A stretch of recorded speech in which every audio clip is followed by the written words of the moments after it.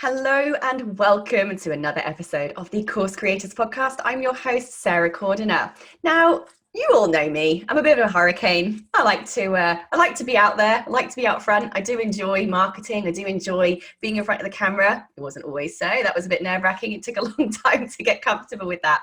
But I'm in a position now where I've been doing this so long that not only do I find comfortable, but something that I find highly enjoyable. But that's not the same for everybody. Not everyone is a big old extrovert like me. However, running a business still requires us to put ourselves out there if we want to get found, if we want to get heard, if we want to get seen. One of the things that I always talk to people about is, if our audience can't see us and can't hear us, we basically don't exist to them. And if we don't exist to them, obviously they're not going to come and buy from us. They're not going to come and check out our products and services unless we are quite literally putting ourselves in front of them. But if you are introverted, this is not easy. I mean, how do you put yourself out there? How do you go about creating videos and blog posts and articles and being online? All these things that we're told to do. I mean, God forbid to go out and network again. It's very, very confronting for even the most outward parts of us, even those of us who are most completely and utterly outgoing. Now, today we are talking all about marketing for introverts. And I have an incredible guest today, a friend of mine, a local who lives in my small, tiny little Australian town here. Her name is Taryn Ryan. Now, she is a multiple award-winning business owner. She's actually a multiple owning business owner too. She wears many hats, but is also very prominent in the education sector and works tirelessly helping small business owners grow their businesses through marketing techniques, but also through winning awards.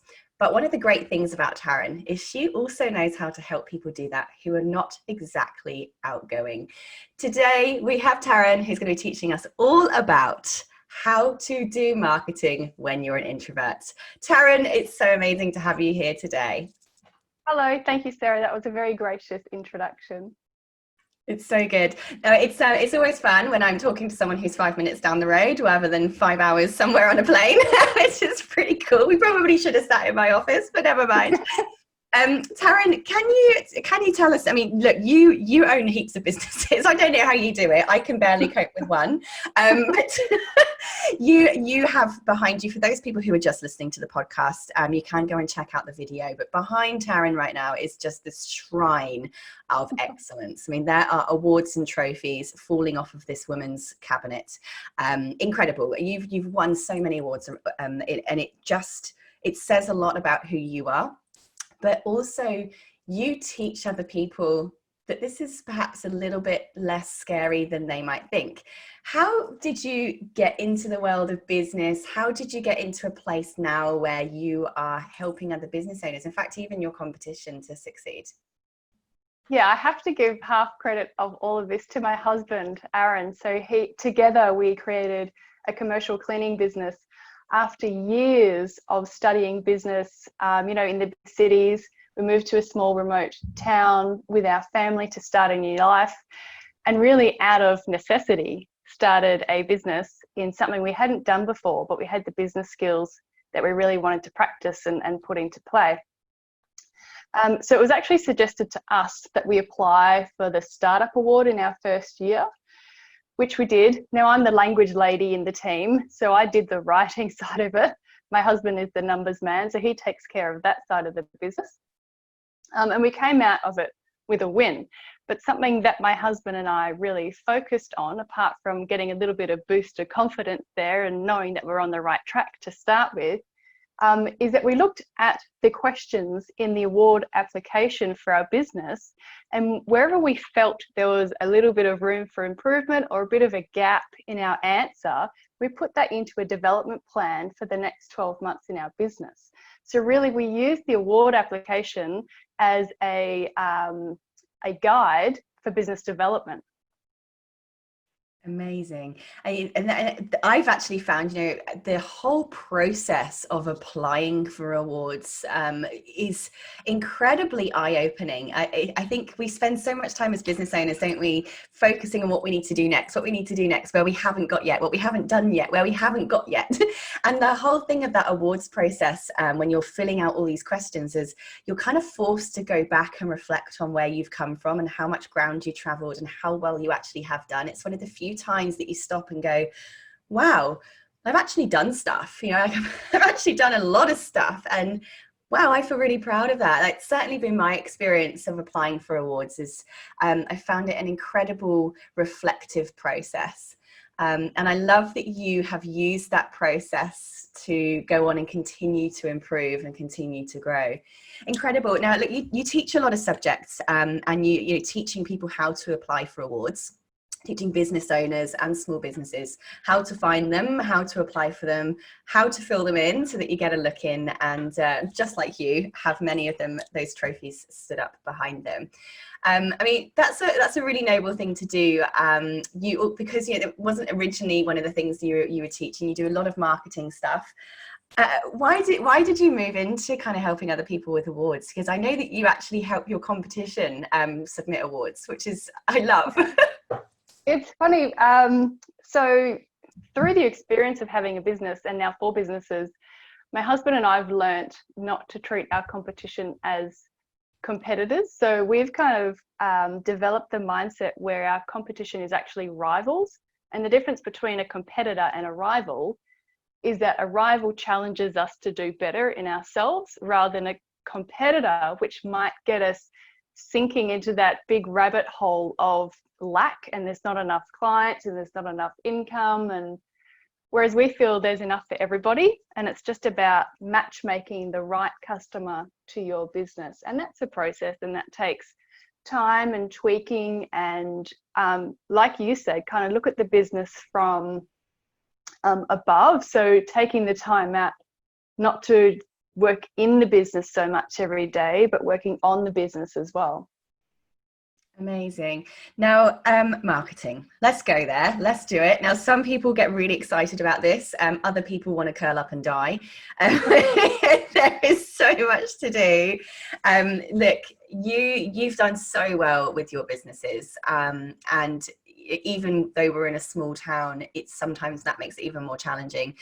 What sort of marketing techniques have worked really well for you, that you kind of say to people, everyone, no matter what business you're in, what industry you're in, you should be doing these things? Like, what are your absolute go-to marketing strategies? So one of the techniques that's been really successful for us, because we're a service-based business, is to wrap our vehicles that are getting around town in our branding.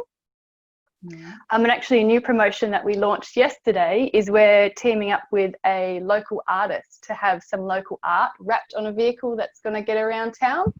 So part of that is co-branding, and that's something that we've done for the entire life of our businesses, is to always be collaborating. So whether it's sponsoring community events or supporting something that's going on in town for a charity, it's about partnering up. And for Reed, this fulfills our values personally, because we want to meet people and we want to be part of the community, and we want to make sure the kids are growing up in a really safe and happy and healthy environment. So it's all about just connecting with the community and how we can do that through the business. And so obviously that's something that would be great for people that do have those kind of local type businesses.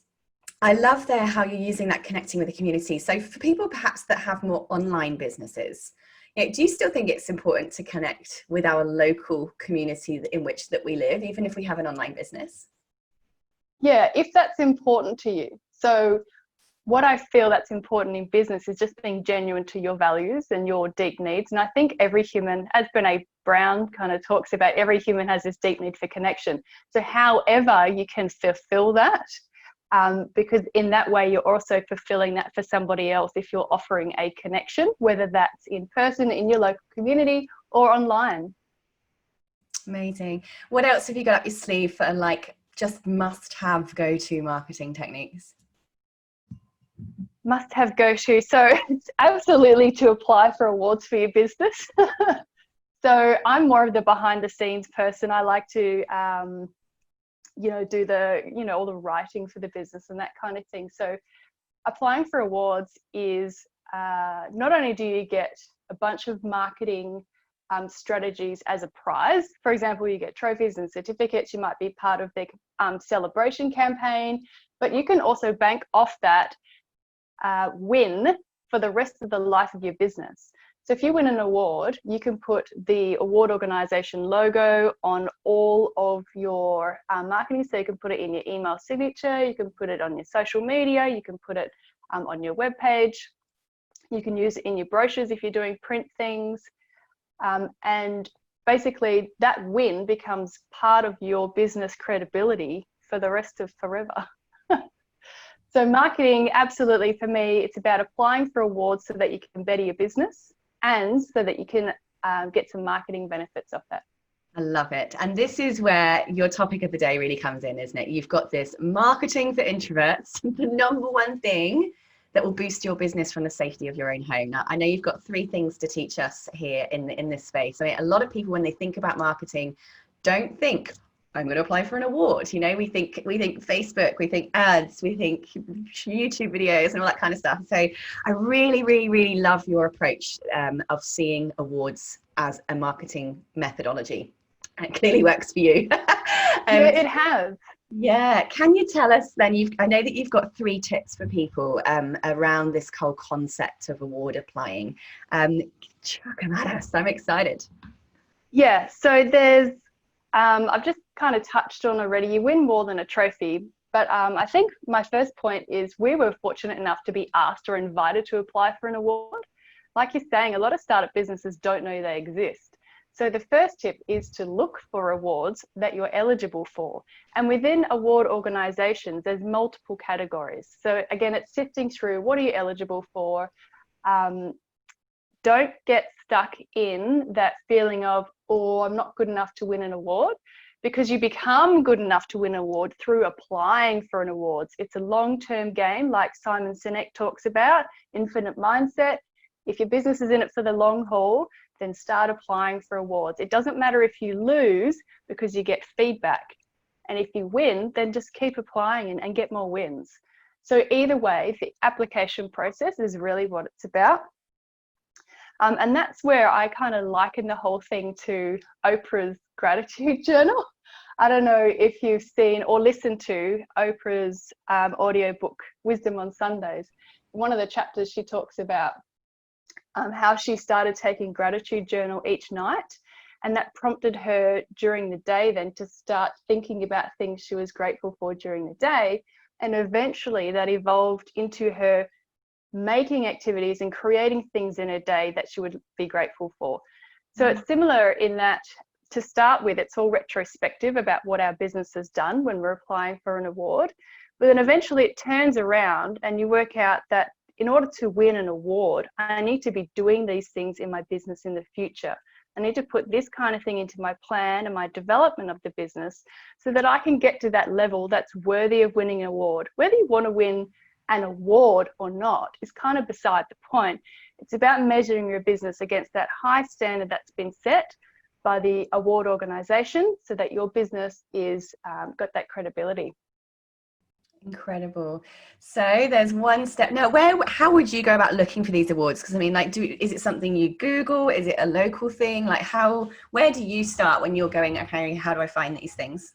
Yeah, so we started with our local Chamber of Commerce and Industry.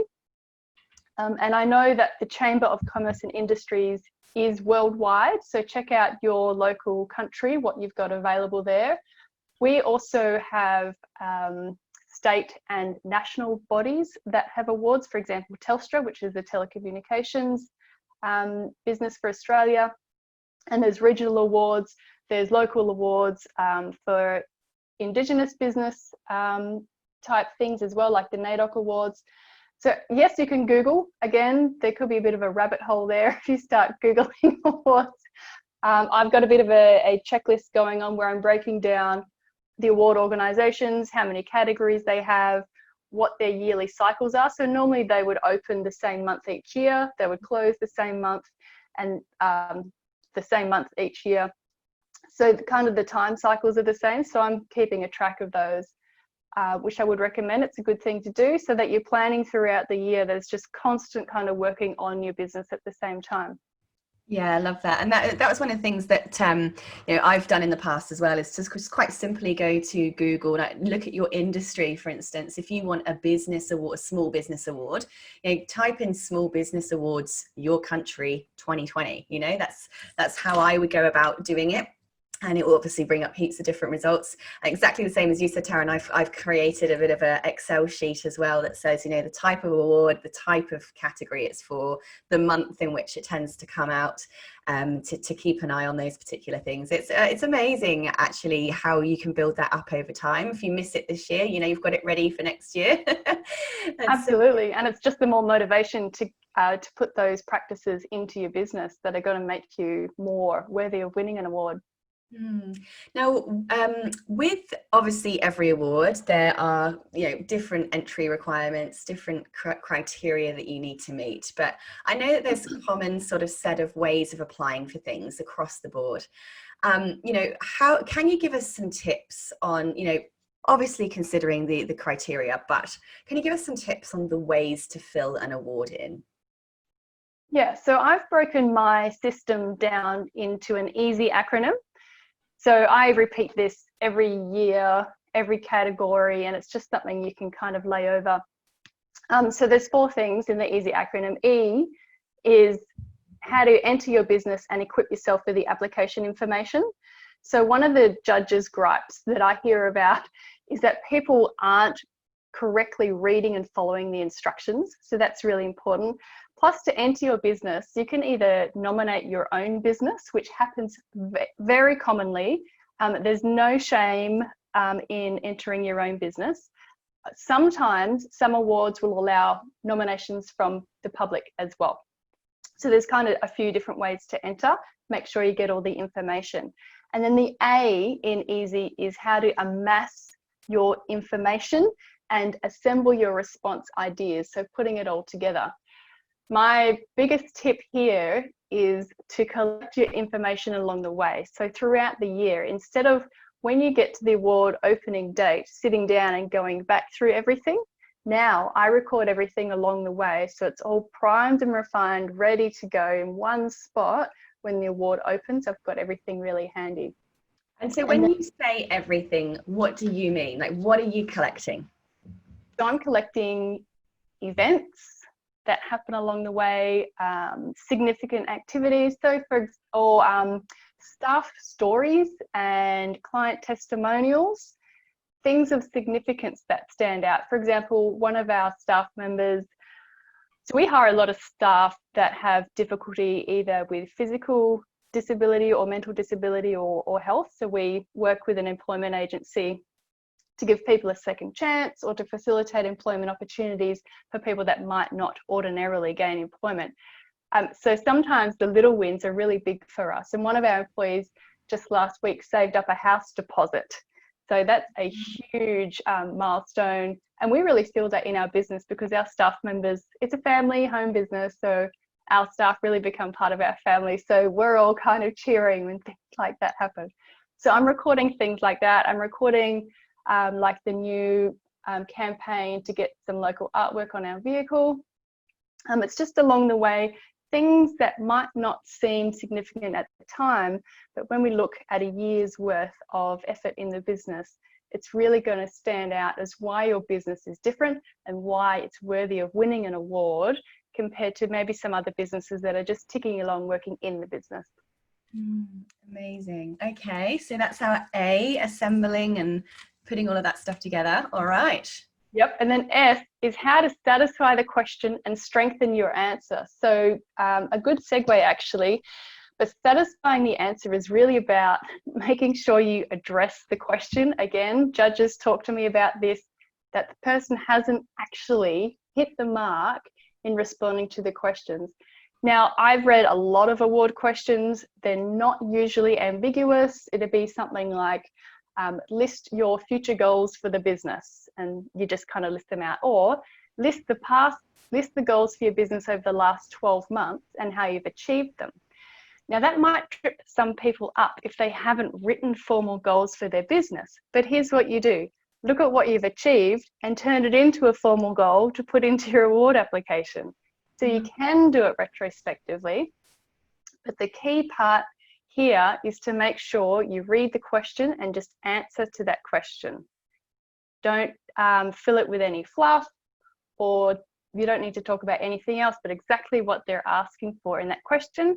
And then strengthening your answers is about making sure you give enough examples that you can within the word count to make sure that your business is worthy of winning. Amazing. Okay. All right. And why? Why? So the last step in the easy way to apply for an award is yarn about it and yield marketing benefits now. So yarn, I think, is a bit of an Aussie slang word. Yarn means to talk or discuss or to chat about it. And that's really, so part of it is the speech for accepting the award when you win. Or if you don't win and you've got a speech prepared, how to repurpose that so that you've got this really solid, concise piece of content that you can share with, you know, in a media release or on your social media or on your website or with your staff. Because one of the benefits of applying for awards is that your staff feel a morale boost. And we've seen this year on year, not just inviting staff along to the winner dinner or the celebratory part of the awards, but also sharing the story. So the speech, how we craft it in the course, is a good recap of what the business has achieved and everybody that it's taken to get to that point. So the marketing benefits, again, and we talked about this a little bit at the start, it's not just about what you win, like the trophy and the certificate, but how to really get bang for your buck. Or usually the awards are free, but how to get bang for your buck of your time and your effort that you've put in to crafting your application, and how you can repurpose that across your existing channels for the rest of forever. Wow, like it. And I love that idea of repurposing stuff. I think a lot of people, and I speak for myself, you know, have these notes to do these awards and then kind of don't quite get around to it because we just think, yeah, it's a lot of admin, it's a lot of putting the stuff together, and we think, you know, will it all be worth it if it doesn't go anywhere? But I mean, we've already established that the process of doing it is as important as getting any result at the end. But you know, the fact that you can, you know, they're all very similar. Once you, I suppose, have done it properly once or twice, you've then got pretty much a copy and paste situation, Exactly. not only for your marketing, but for other awards too. Yeah, you can copy and paste from year to year and just add on the pieces that you've been recording along the way. Plus, within the 1 year, even within the one award organisation, you can copy and paste into multiple categories. And that's a really great way to leverage the effort that you've put into crafting that application, just so you can get more feedback. That's, yeah, love it. Use repurpose. Yeah. Love it. Now, you mentioned a bit about online then and your course that you've created. So you've just been really, really busy the last couple of months putting together your first online course. Now, you're almost certainly not new to education. You've been teaching for many years, but you have just gone through the process of taking your year's worth of face-to-face training and education and putting it into an online format. There is a lot of people listening who might be thinking about doing that, maybe that blank page of starting, they're feeling that course creation overwhelm for going online. First of all, I'd love to hear from you, you know, what was that process of going from face-to-face to online like for you? Better with your help, Sarah. So I've been facilitating training for years. I'm an overqualified trainer and had the experience in business, and so I wanted to combine those. Getting it online with the tech help that you provided, you know, that side of it was fine. For me, I was inspired because, well, just to go back a bit, Footprint Cleaning, our business, won 11 accolades over 3 years. And because with the local Chamber of Commerce and Industry, we won 3 years in a row, they put us into the Hall of Fame, so we couldn't apply anymore. And that was good for me because, one, I could start judging, and two, I could start helping other businesses do the same. So they asked me to facilitate face-to-face workshops to help other businesses apply and achieve what, something like we have.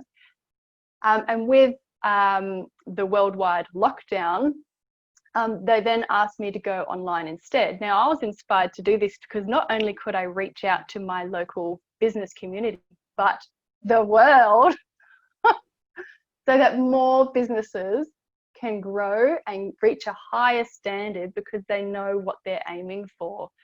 So the process of going from face-to-face to online was, it was intense. It took a lot of work, a lot of getting out of my head and kind of over my fears and just really learning the tech skills that I needed, but absolutely worthwhile. Yeah, so for you, the benefits of doing this is very much about reaching a global audience. Yeah, because if every business gets a little bit better from applying for awards and learning about their business through that process, then won't we have a better planet? Absolutely. No, and certainly for people like you and me who live pretty much nowhere, going online, gives us that opportunity to reach and impact and help people that we otherwise wouldn't have access to if we depended on geographical education. So it's a massive reason why a lot of people go online is for that global marketplace and that global impact. And I felt that, oh, sorry, Sarah. I just wanted to say that I felt that myself as a regional business owner. I'd have to travel to get education, previously. So not only is it the flights and the accommodation and the time away from the business that costs, but, separation from family and then having to come back and implement everything in my business. Whereas if I'm learning at home, I can apply it right away. So much, yeah, and I love that of online learning, that we can just fit it around our lives. We can do that binge watch thing. I'm one of those people who, if I buy a course, I'll just block out a whole day because I'm like, I'm just gonna get this done. Boom, binge watch, binge apply. You pause, you go. You pause, you do it. You pause, you do it, and I love it. Like by the end of the day, you're like exhausted. I'm a binge learner too. Yeah, I love it. So good. And so for you, you've mentioned some of those challenges. You said sort of overcoming the fear and getting out of your own way. Now, a lot of people, when they're doing anything new for the first time, feel fear. But particularly course creators, especially when we're talking camera lens and things like that. So for everyone listening, how did you push through kind of those moments of overwhelm, those moments of fear where like biologically and physiologically, your body's going, don't do it, but you did it. What advice can you give to people that are sort of sitting there now going, oh my gosh, my heart is pounding, I feel overwhelmed, I don't know what to do? Yeah. What I found from loads of experience speaking in public, so face-to-face, large crowds, is when we get stuck in that space is because we're thinking about ourselves and we're worried about what people will think of us. But if we turn that around and think of who we're serving and how it can be of better service and the most service and how it can really value the people's time that they're giving us, then that really takes me out of my head and thinks, well, I really need to just get going right now because this is for them. This has nothing to do with me. This is helping them with what they want. Like it, shifting the point of perception. Great. And for you then, with this whole process of going online, was there any parts of it that were sort of surprisingly enjoyable or exciting for you? The parts that you just kind of went, wow, I really loved that bit of it. Learning how to use a green screen. That was kind of a win because I did a bit of a home job setup from the local drapery store, That was a win, but I really enjoyed talking to camera myself. So I'm in the house by myself. I'm practicing my content, and through teaching, I learn it at another deeper level. So being able to articulate my thoughts and my content in another way, it makes me feel inspired as I go over everything that I've learned and that I'm teaching. I get a boost out of that as well. Amazing. I never forget the day you posted in the group, like, I've sent my husband and kids away camping for the weekend so that I could do my video. I'm like, if my kids and husband were away, I'd be like sat in a resort sipping a mojito or something. You're like, there you were, like pounding out video after video. Empty house.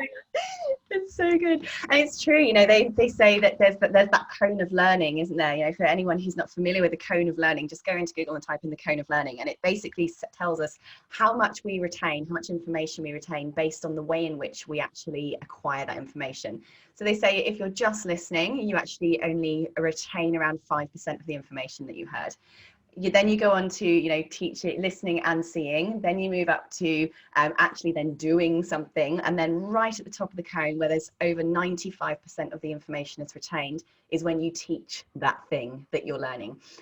So, you know, as you're saying there, you're going through the process of saying your knowledge out loud. Well, half the time course creators amaze themselves with just how much they realize they know when they come to create a course, and they have to put all their tips down and all their knowledge down. But yeah, the process of saying it out loud, it helps you define your message. It helps you find your voice, quite literally in the sense of speaking, but also more conceptually in the terms of what is it that you stand for? What is your particular perspective and your particular unique approach to the topic that you're delivering? I find it so, you learn so much about yourself when you start doing this process, hey? Yeah, it really stokes the fire of passion about your topic. It does. And then you have a thing at the end that you can sell forever and ever and ever and ever. So it's just win, win, win, win, win with course creation. Yeah. So having just gone through the process, I know that you've got lots of plans, and I know that you have so many things you could be teaching. I'd love to know, you know, now that you have this online component to your business, how's your business going to change? Like, what plans do you have? See if you can, like, see what ideas people might get from what you're planning to do next. So we have 4 businesses. So just to, I suppose, explain that a little bit. So my husband and I started the commercial cleaning company, Footprint Cleaning, and we won 11 accolades in 3 years from 15 applications, by the way. So I didn't win everything I applied for. And 2 of those are from awards that I didn't even apply for. So sometimes you win an award and you're going to like another set of awards kind of by default. Anyway, so then our friends were leaving town and they gifted us their gardening business because they wanted us to replicate what we'd done in the cleaning business with their gardening business. So now we've got that. We got invited to buy into a laundromat. So that's a slightly curveball for us with a bit of a retail or kind of a shop front. So we're learning about that type of business now. And we have Business C3, which is the training business where we can help other businesses to learn everything that we have experienced in our business, both philosophy and the practical skills. So what we're doing now is just continuing to collaborate and come up with new ideas for how we can keep connecting with our community, because that's what it's all about. Our business is organically based on the quadruple bottom line. So there's this, I suppose, common measure with business where there's a triple bottom line where you're measured on financials, social, cultural, and environmental impacts. But here in the Kimberley region of Australia, it's split into 4, where it's financial, social, cultural split, and environmental impacts.